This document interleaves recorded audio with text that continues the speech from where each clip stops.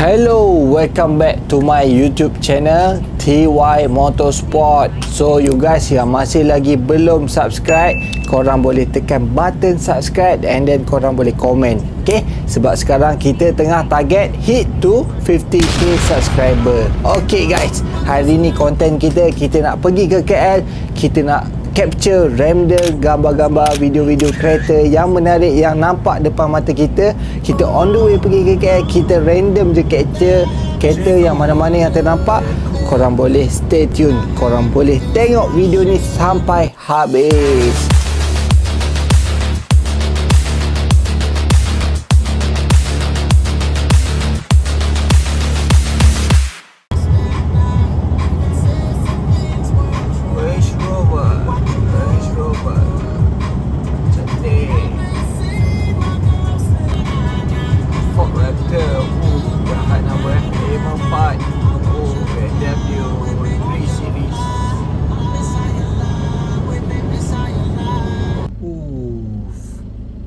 Right to Songkla standby. Okay, standby geng S55 FK8 standby, ready to Songkla.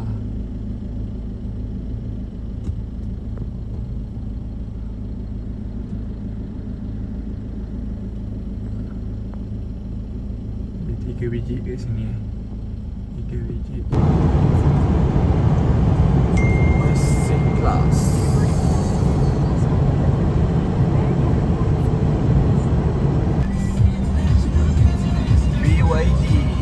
BYD seat EV car. Banyaknya 4x4 bersusun ni. Ni apa ni, kontur ke apa ni, banyaknya 4x4 berderet. Ambil durian kot.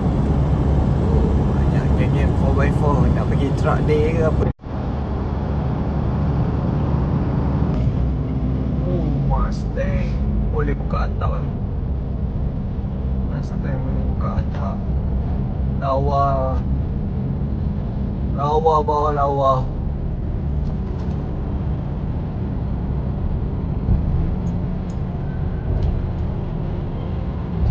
Tak, lawa.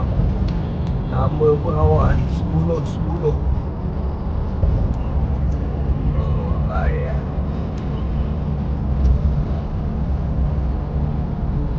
Mantap. Type R.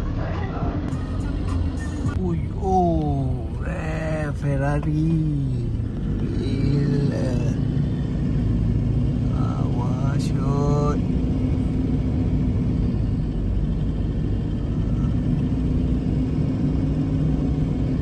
Ferrari lagi. Jahat shot. Wow, Land Rover baiklah Land Rover ni.